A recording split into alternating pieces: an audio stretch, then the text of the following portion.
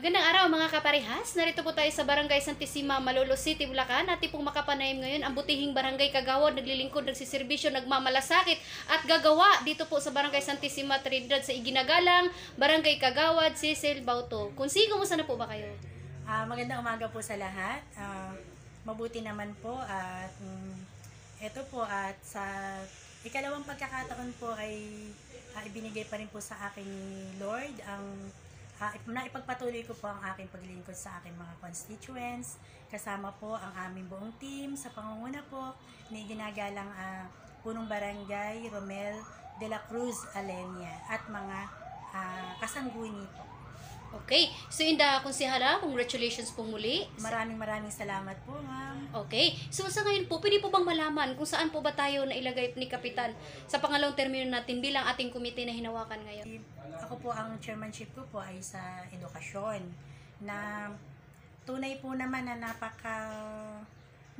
napakaganda po nung nangyari doon kasi po patuloy po kaming naghahanap ng mga out of school youth, mga learners na marami rin po ang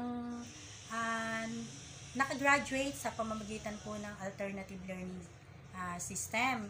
Kasi po ito po ay programa na libre po ang pag-aaral.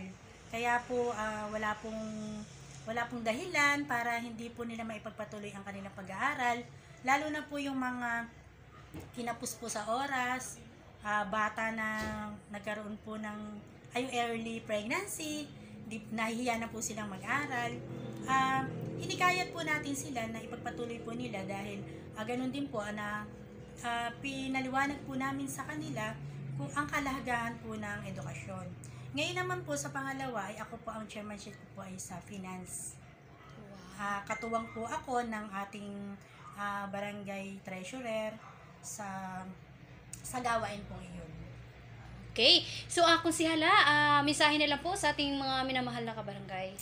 Sa aking mga minamahal na mga kabarangay ng Santissima Trinidad, maraming salamat po.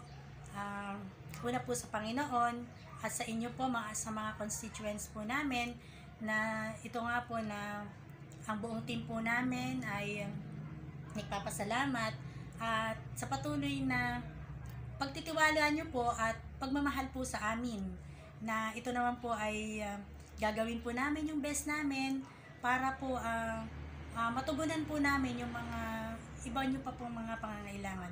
Maraming salamat po and God bless us all po.